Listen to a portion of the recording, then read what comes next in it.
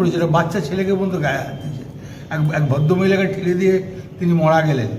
এরকম কেন্দ্রবাহিনী অত্যাচার আমরা জীবনে দেখি। কিন্তু এটা তো বাংলা না, বাংলা তো ভয় করে না, না কে সেন্ট্রাল পুলিশ, কে কেন্দ্র বাহিনী, কে সিআরপিএফ, এই বাংলার ছেলেরা ভয় পায় না। বাংলার ছেলেদের আলাদা একটা জোশ, আজকের দিনটা উৎসব মনে করে। এটা যদি বিহার ইউপি হতো সব ছুটে ছুটে পালিয়ে যেত। কিন্তু বাংলা যে ভয় করে নেয়, বাংলা যে দেশকে স্বাধীনতা এনেছে,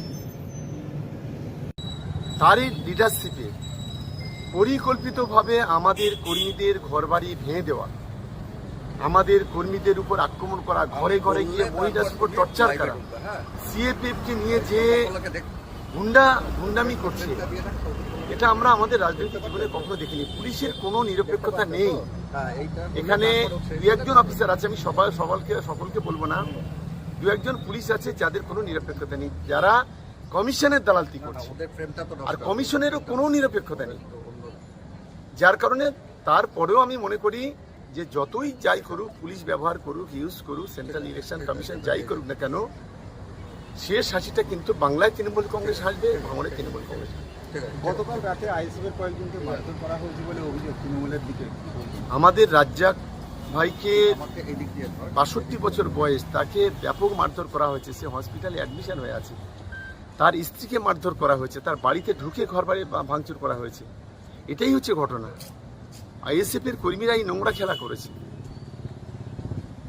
ভাঙড়ে কি সুস্থ শান্তিপূর্ণ নির্বাচন হচ্ছে, কি বলবো? দেখুন, আমরা তো আশা করি ভাঙড়ের শুভবুদ্ধি সম্পন্ন মানুষ, তারা শান্তিপূর্ণই নির্বাচন করবে।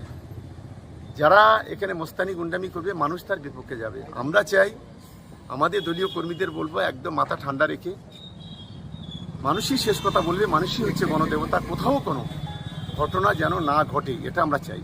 শুভেন্দু অধিকারী প্লাস্টিক ফিঙ্গার নিয়ে যে বক্তব্য রেখেছে, সেই বিষয়ে নিয়ে কি বলবেন? দেখুন, একজন মিথ্যাবাদী লোক।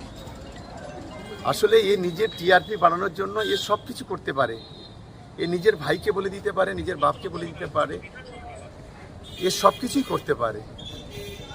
আসলে এই মানুষটি সবচেয়ে বড় লোভী মানুষ।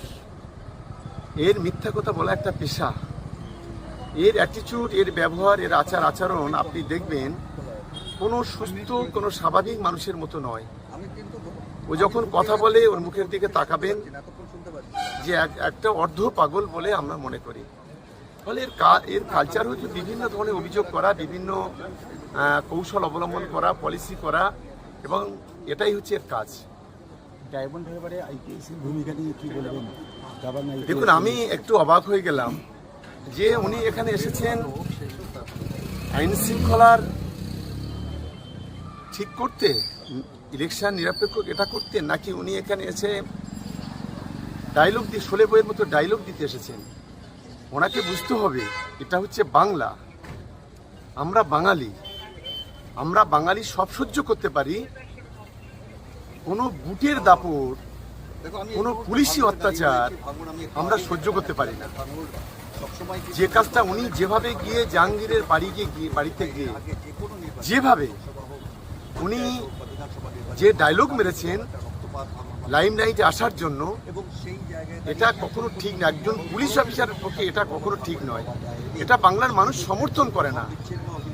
বিজেপি এইসব দেখে দেখে যোগী রাজ্য থেকে, অমুক রাজ্য থেকে, তমুক রাজ্য থেকে এইসব আইপিএস দের নিয়ে এসে খুব বেশি লাভ হবে না। আমরা শান্তিপূর্ণ ইলেকশন চাই। ডায়লগ মেরে তৃণমূল কংগ্রেসকে হারানো যাবে না। কিরকম ক্ষমতা আছে, ফলতা হারিয়ে দেখাক না। একজন আইপিএস কেন, যোগী রাজ্যের যদি যত আইপিএস আছে সব যদি এসে দক্ষিণ ২৪ পরগনা নামিয়ে দেয়,